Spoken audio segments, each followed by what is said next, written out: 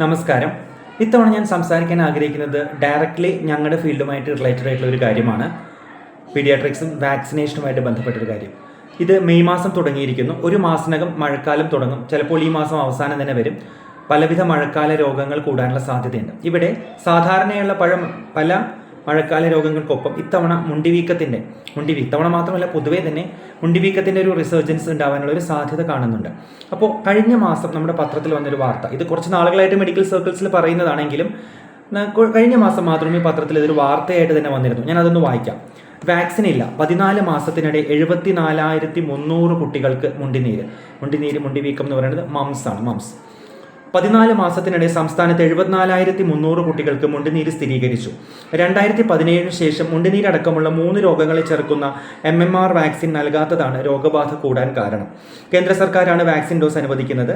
2017 കേന്ദ്ര ആരോഗ്യ മന്ത്രാലയം തയ്യാറാക്കിയ വാക്സിനേഷൻ പട്ടികയിൽ MMR ഉൾപ്പെടുത്തിയിട്ടില്ല. മീസിൽസ്, റുബെല്ല MR വാക്സിൻ മാത്രമാണ് കേന്ദ്രം വിതരണം ചെയ്യുന്നത്. കേരളം കുറച്ചു കാലത്തേക്ക് MMR വാക്സിൻ വാങ്ങി കുട്ടികൾക്ക് നൽകിയെങ്കിലും തുടർന്നില്ല. മുണ്ടുനീര് വ്യാപനം കണ്ട സാഹചര്യത്തിൽ 2017 നയം തിരുത്തി MMR അനുവദിക്കണമെന്ന് സംസ്ഥാന ആരോഗ്യ വകുപ്പ് കേന്ദ്രത്തിന് റിപ്പോർട്ട് നൽകിയിട്ടുണ്ട്. പിന്നെ വയനാട്ടിലും പല സ്ഥലങ്ങളിലും സ്കൂളുകൾ അടച്ചിടേണ്ടി വന്ന സാഹചര്യമൊക്കെ ഉണ്ട്. ഒരു വൈറസാണ് ഇത് ഉണ്ടാക്കുന്നത്. മുണ്ടുനീരുണ്ടാക്കാൻ കാരണം ഇത് കോംപ്ലിക്കേഷൻസ്, ഓർക്കൈറ്റിസ്, പ്രത്യുത്പാദനത്തെ ബാധിക്കുന്ന ഓർക്കൈറ്റിസ് ഉൾപ്പെടെയുള്ള പല കോംപ്ലിക്കേഷൻസും ഇത് ഉണ്ടാക്കുന്ന ഒരു കാര്യമാണ്. അപ്പോൾ ഇവിടെ ശ്രദ്ധിക്കേണ്ടത്, ഒന്നാമത് ഇതൊരു പ്രിവെൻറ്റബിൾ ഡിസീസാണ്. നമ്മുടെ സെറ്റപ്പിൽ റിലേറ്റീവ്ലി കോമൺ ആയിട്ടുള്ള ഒരു ഇൻഫെക്ഷനുമാണ്. നമ്മൾ മംസ്, മീസിൽസ്, റുബെല്ല വാക്സിനാണ് എടുത്തുകൊണ്ടിരുന്നത് 2017 വരെ. 9-10 മാസങ്ങളിൽ ഫസ്റ്റ് ഡോസും 15 മാസത്തിൽ സെക്കൻഡ് ഡോസും 4 to 6 ഇയേഴ്സിൽ തേർഡ് ഡോസും എടുത്ത് 3 ഡോസ് ഷെഡ്യൂളാണ് ഫോളോ ചെയ്തിരുന്നത്. അത് ഇഫക്റ്റീവുമായിരുന്നു. For whatever reasons 2017 MMR stop ചെയ്ത് നമ്മൾ MRലേക്ക് മാറിയതോടുകൂടിയാണ് പ്രശ്നങ്ങൾ തുടങ്ങിയത്. തുടക്കത്തിൽ അതിൻ്റെ പ്രശ്നങ്ങൾ കാര്യമായിട്ട് കണ്ടില്ലെങ്കിലും കുറച്ച് വർഷങ്ങൾക്ക് ശേഷം വീണ്ടും മംസിൻ്റെ റിസർജൻസ് ആയിട്ട് നമ്മൾ തെറ്റായൊരു നയത്തിൻ്റെ പ്രശ്നങ്ങൾ ഇപ്പോൾ നമുക്ക് കണ്ടു തുടങ്ങിയിട്ടുണ്ട്. മംസ് കേസ് അത്യാവശ്യം വരുന്നുമുണ്ട്. അപ്പോൾ ഇതിലൊരു ഇമ്പോർട്ടൻസ് എന്ന് വെച്ച് കഴിഞ്ഞാൽ മംസ് കുറച്ചൊരു അപകടകരമായ അസുഖമാണ്. പെർസെ അല്ലെങ്കിൽ പോലും അതിൻ്റെ കോംപ്ലിക്കേഷൻസ് ഒക്കെ കുറച്ച് പ്രശ്നമുള്ളതാണ്. പിന്നെ നല്ല വേദനയുള്ള കണ്ടീഷനുമാണ്. അതിനേക്കാളുപരി ഇതൊരു പ്രിവെൻറ്റബിൾ ഡിസീസാണ്. നമ്മുടെ നയങ്ങളിലുള്ള ഒരു തെറ്റായ ഇതുകൊണ്ടാണ് ഇത് വരാൻ കാര്യം.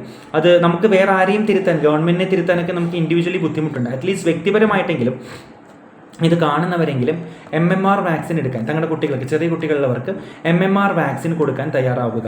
മംസ്, മീസിൽസ്, റുബെല്ല MMR വാക്സിനാണ് എടുക്കേണ്ടത്. ഇത് ഏത് പ്രായത്തിലുള്ളവരാണ് ഇത് കേൾക്കുന്നതനുസരിച്ചാണ് ഇതിൽ എത്രത്തോളം ഡോസ് എടുക്കണമെന്നുള്ളത് ശ്രദ്ധിക്കേണ്ടത്. 9 മാസത്തിന് താഴെയുള്ള, ഇതുവരെ വാക്സിൻ ഒന്നും എടുത്തിട്ടില്ലാത്ത കുട്ടികളാണെങ്കിൽ, അവരുടെ പാരൻസ് ആണെങ്കിൽ ചെയ്യേണ്ടത്, നിങ്ങളുടെ മക്കൾക്ക് 9-ാം മാസത്തിലെ 9-10 മാസങ്ങളിലെ വാക്സിനിൽ MR പോരാ, മീസിൽസ്, റുബെല്ല പോരാ, MMR എടുക്കുക. ആസ് ഓഫ് നൗ നമ്മുടെ ഗവൺമെൻറ് സെക്ടറിൽ കിട്ടുന്നില്ല, പ്രൈവറ്റ് സെക്ടറിൽ പോയിട്ട് എടുക്കേണ്ടി വരും. 600 സംതിങ് ആണ് അതിൻ്റെ കോസ്റ്റ് വരും. അത്ര കോസ്റ്റ്ലി അല്ല, പക്ഷേ അത് തീർച്ചയായിട്ടും അത്യാവശ്യമുള്ളൊരു വാക്സിൻ ആയതുകൊണ്ട് 9-ാം മാസത്തിൽ 1-ാം ഡോസും 15-ാം മാസം 1.25 വയസ്സിൽ 2-ാം ഡോസും 4 തൊട്ട് 6 വയസ്സിനിടെ 3-ാം ഡോസും, അങ്ങനെ 3 ഡോസ് MMR വാക്സിൻ എടുത്തിരിക്കണം എന്നാണ്.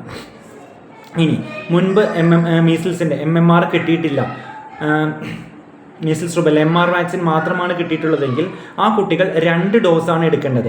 മിനിമം ഒരു മാസം 4 ആഴ്ച ഗ്യാപ്പിൽ 2 ഡോസ് MMR വാക്സിൻസ് എടുക്കുകയും പിന്നെ 5-ാം വയസ്സിൽ ബൂസ്റ്റർ എടുക്കുകയുമാണ് ചെയ്യേണ്ടത്. ക്യാച്ചപ്പ് ഷെഡ്യൂളാണ് പറയുന്നത്. അപ്പോൾ 1-നും 5-നും ഇടയിലുള്ള പ്രായത്തിലുള്ളവർ ഇതാണ് ശ്രദ്ധിക്കേണ്ടത്. ഇനി അഡോളസൻസിൻ്റെ കേസിലാണെങ്കിൽ, കുറച്ചുകൂടി വലിയ കുട്ടികൾക്കാണെങ്കിൽ അറ്റ്ലീസ്റ്റ് 2 ഡോസ് 4 ആഴ്ചകൾ ഇടവിട്ടാണ് എടുക്കേണ്ടത്. 5 വയസ്സെല്ലാം കഴിഞ്ഞു പിന്നെ ഒരു പ്രായത്തിലാണെങ്കിൽ അറ്റ്ലീസ്റ്റ് 2 ഡോസസ് 4 വീക്സ് എപ്പാർട്ടാണ് എടുക്കേണ്ടത്. അതാണ് ക്യാച്ചപ്പ് ഇമ്മ്യൂണൈസേഷൻ ഷെഡ്യൂൾ. അപ്പോൾ ഇതാരും മിസ്സാവാതിരിക്കുക. എസ്പെഷ്യലി മഴക്കാലവും എല്ലാം കൂടുന്നുണ്ട്. നമുക്കിതിൻ്റെ ബുദ്ധിമുട്ടുകൾ നമ്മൾ അറിഞ്ഞിരിക്കണം. നമുക്ക് പ്രിവെൻറ്റ് ചെയ്യാവുന്ന ഒരു അസുഖമാണിത്. അപ്പോൾ ഇത് ശരിയായ രീതിയിൽ MMR വാക്സിനേഷൻ എടുക്കുന്നത് വഴി നമുക്ക് ഈ മുണ്ടിവീക്കത്തിൽ നിന്ന് പ്രൊട്ടക്ഷൻ കിട്ടാവുന്നതാണ്. അപ്പോൾ ഇത് വളരെയധികം ശ്രദ്ധിക്കുക. സ്വയം ഇത് അറിയുക. പരിചയമുള്ളവർക്കെല്ലാം ഈ വിവരം ഷെയർ ചെയ്യുക. MR is not enough, we have to take MMR. കണ്ടന്റിൽ തന്നെ വ്യത്യാസമുണ്ട്. ഇപ്പോൾ കണ്ടന്റ് സെയിം ആയിട്ടുള്ള വാക്സിൻസ് നമുക്ക് ഗവൺമെന്റിനോ പ്രൈവറ്റിനോ എവിടെ നിന്ന് വേണേൽ എടുക്കാം. പക്ഷേ കണ്ടന്റിൽ വേരിയേഷൻ ഉള്ളപ്പോൾ we have to take the right content. MMR തന്നെയാണ് വേണ്ടത്. Okay, so 9th month, 15 month, 4 to 6 years 3 doses. ഇതുവരെ എടുത്തിട്ടില്ലാത്തവർ ക്യാച്ചപ്പ് ഷെഡ്യൂൾ ആണെങ്കിൽ 2 ഡോസസ് അറ്റ്ലീസ്റ്റ് 4 വീക്സ് എപ്പാർട്ട് ഇതാണ് വേണ്ടത്. അപ്പോൾ ഈ കാര്യം ശ്രദ്ധിക്കുക. ഇത് വളരെയധികം പകർച്ചയുള്ളതും ഇപ്പോൾ സ്കൂളുകളൊക്കെ തുടങ്ങുമ്പോൾ ഒരുപാട് കുട്ടികൾക്ക് പെട്ടെന്ന് പടരാൻ സാധ്യതയുള്ളതുമായ ഒരു അസുഖമാണ്. തീർച്ചയായിട്ടും ഇത് പ്രിവെൻറ്റ് ചെയ്യാനായിട്ട് നമ്മൾ ശ്രദ്ധിക്കേണ്ടതാണ് ഒരു കാര്യം. അപ്പോൾ MMR വാക്സിനെ കുറിച്ചാണ് ആദ്യത്തെ പോയിന്റ്. ഞാനിതിൻ്റെ കുറച്ച് കാര്യങ്ങൾ കമ്മ്യൂണിറ്റി സെക്ഷനിൽ ഷെയർ ചെയ്യാവുന്നതാണ്. രണ്ടാമതൊരു വാക്സിനെ കുറിച്ചും ഒരു മെഡിക്കൽ ഫുൾ ഏജായിട്ട് എടുക്കണം, ഞാനൊരു ഇൻഡിക്കേറ്റീവായിട്ട് കുറച്ച് കാര്യങ്ങൾ പറയുന്നേ ഉള്ളൂ. Cervical cancer vaccine, HPV vaccine, human papilloma virus എന്നുള്ള HPV ആണ് സെർവിക്കൽ ക്യാൻസർ ഉണ്ടാക്കുന്നത്. ഇത് ഒരു അഡൽട്സിൽ കാണുന്ന അസുഖമാണ്. ഇത് ബ്രസ്റ്റ് ക്യാൻസർ കഴിഞ്ഞ് കഴിഞ്ഞാൽ ഫീമെയിൽസിൽ ഏറ്റവും കോമൺ ആയിട്ട് കാണുന്ന ക്യാൻസേഴ്സിൽ ഒന്നാണ് സെർവിക്കൽ ക്യാൻസർ. അപ്പോൾ ഈ സെർവിക്കൽ ക്യാൻസറിനെതിരെയുള്ള വാക്സിനേഷൻ ഇപ്പോൾ നമ്മുടെ നാട്ടിൽ അവൈലബിൾ ആയി തുടങ്ങിയിട്ടുണ്ട്. ഇത് അഡൽട്സിനും കുട്ടികൾക്കും രണ്ടുപേർക്കും എടുക്കാവുന്ന വാക്സിനാണ്. ഇത് ഏറ്റവും 45 താഴെയുള്ള അഡൽട്സിന് ആർക്കും എടുക്കാവുന്നതാണ്. ഇനീഷ്യലി പാപ്സ്മിയർ ചെയ്തൊരു ടെസ്റ്റ് ചെയ്തതിന് ശേഷം അത് നെഗറ്റീവ് ആണെങ്കിൽ നമ്മൾ 3 ഡോസസ് തുടക്കത്തിൽ, പിന്നെ 1 മന്ത്, 6 മന്ത്സ്, അങ്ങനെ 3 ഡോസസ് എടുക്കുന്ന ഒരു ഷെഡ്യൂളാണ് ഫോളോ ചെയ്യാറുള്ളത്. റൈറ്റ് നൗ ഈ സെർവിക്കൽ ക്യാൻസർ വാക്സിൻ ഇത്തിരി കോസ്റ്റ്ലിയാണ്, 3900 റേഞ്ചിൽ വില വരുന്നുണ്ട് ഒരു ഡോസിന്. എന്നാൽ പോലും ഒരു ക്യാൻസർ പ്രൊട്ടക്ഷൻ എന്നുള്ളൊരു ധർമ്മം നിർവഹിക്കുന്നത് കൊണ്ട് ഞാൻ സജസ്റ്റ് ചെയ്യും അഫോർഡബിൾ ആയിട്ടുള്ളവരെങ്കിലും ഈ വാക്സിൻ എടുക്കുന്നത് നല്ലതാണ്. ഫീമെയിൽസിനാണ് വേണ്ടത്. ലെസ് ദാൻ 45 ഫീമെയിൽസിലെല്ലാം തന്നെ ഇത് എടുക്കാവുന്നതാണ്. പിന്നെ ഇത് ഏറ്റവും ഫലവത്തായിട്ട് എടുക്കാൻ കഴിയുന്നത് കുട്ടികളാണ്, 9 to 14 എസ്പെഷ്യലി ഫീമെയിൽസ്. ആക്ച്വലി 2 കൂട്ടർക്കും നല്ലതാണ്, പക്ഷേ വേറെ ചില അസുഖങ്ങൾ ഉണ്ടാക്കുന്നുണ്ട്. പക്ഷേ അറ്റ്ലീസ്റ്റ് ഫീമെയിൽസ് 9 to 14 ഉള്ളവർ 2 dose 1 month apart cervical cancer vaccine എടുക്കുന്നത് നല്ലതാണ്. ഞാൻ OPയിലും വീട്ടിൽ കാണിക്കുമ്പോഴായാലും ഈ പ്രായത്തിലുള്ള കുട്ടികളുടെ പാരൻസിനോട് പറയാറുണ്ട്. അപ്പോൾ നിങ്ങൾ കേൾക്കുന്നവരും അത് അറിഞ്ഞിരിക്കുക, നിങ്ങളുടെ സുഹൃത്തുക്കളോ പരിചയമുള്ളവരോ ഉണ്ടെങ്കിൽ പറയുക. ഈ സെർവിക്കൽ ക്യാൻസർ വാക്സിൻ്റെ കേസിൽ കോസ്റ്റ് എന്നുള്ളതൊരു പ്രശ്നമാണ്. അപ്പോൾ അഫോർഡബിലിറ്റി ചില സ്ഥലങ്ങളിലും പ്രശ്നമാണ്, ആ ഒരു വിഷയത്തിന് നേരെ കണ്ണടയ്ക്കുന്നില്ല. എങ്കിൽ പോലും അഫോർഡബിൾ ആയിട്ടുള്ളവരെങ്കിലും ഇത് എടുക്കുന്നത് നല്ലതായിരിക്കും. ഇതിൻ്റെ പ്രാധാന്യം ഇതാണ്, ഒരു ക്യാൻസർ പ്രൊട്ടക്ഷൻ എന്നുള്ളൊരു കാര്യം. Cervical cancer can cos death. ഒരു പ്രിവെൻറ്റബിൾ ആയിട്ടുള്ള ഒരു ക്യാൻസറിനെ നമുക്ക് വാക്സിനേഷനോട് പ്രിവെൻറ്റ് ചെയ്യാൻ കഴിയുമെങ്കിൽ it's definitely worth taking at least among the affordable groups എന്നാണ് എനിക്ക് തോന്നുന്നത്. അപ്പോൾ MMR vaccine, cervical cancer vaccine, 2 പ്രധാനപ്പെട്ട വാക്സിനുകളെ കുറിച്ചൊന്ന് പറയാൻ വേണ്ടിയിട്ടാണ് ഈ വീഡിയോ ചെയ്യുന്നത്.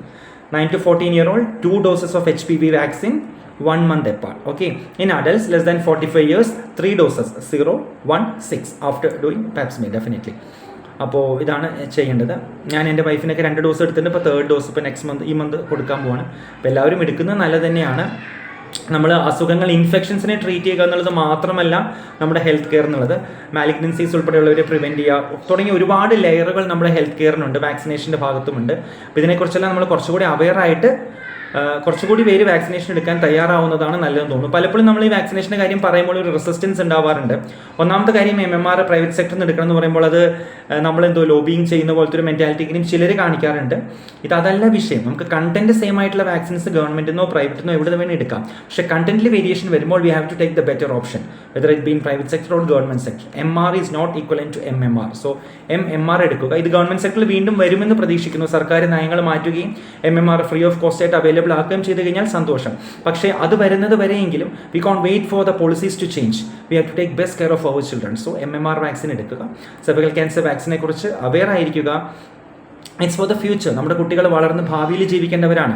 ഇതൊരു ഏജ് കഴിയുമ്പോഴാണ് കൂടുതലായിട്ടും സെർവിക്കൽ ക്യാൻസർ റിലേറ്റഡ് ഇഷ്യൂസ് വരിക. അപ്പോൾ ഭാവിയിലേക്ക് വേണ്ടി നമ്മുടെ കുട്ടികൾക്ക് വേണ്ടി ചെയ്യാവുന്ന ആരോഗ്യപരമായ വളരെ നല്ലൊരു കാര്യമാണ് HPV വാക്സിൻ എടുക്കുക എന്നുള്ളത്. അപ്പോൾ ഈ 2 വാക്സിൻസിനെ കുറിച്ചും അവെയർ ആവുക. അറിയാത്തത് കൊണ്ട് ഒരിക്കലും ഇത് മിസ്സാവരുത് എന്നുള്ളതാണ് ഞാൻ പ്രൈമറിലി ഈ വീഡിയോ കൊണ്ട് ഉദ്ദേശിക്കുന്നത്. അറിഞ്ഞിരിക്കുക, അതിൻ്റെ കോസ്റ്റ്, അതിൻ്റെ ഇമ്പോർട്ടൻസ്, അതിൻ്റെ ഡ്യൂറേഷൻ, അതിൻ്റെ കാര്യങ്ങളെക്കുറിച്ച് അറിഞ്ഞിരിക്കുക. എന്തെങ്കിലും സംശയങ്ങളുണ്ടെങ്കിൽ ആർക്ക് വേണമെങ്കിൽ കമൻറ്റ് സെക്ഷനിൽ ചോദിക്കാം.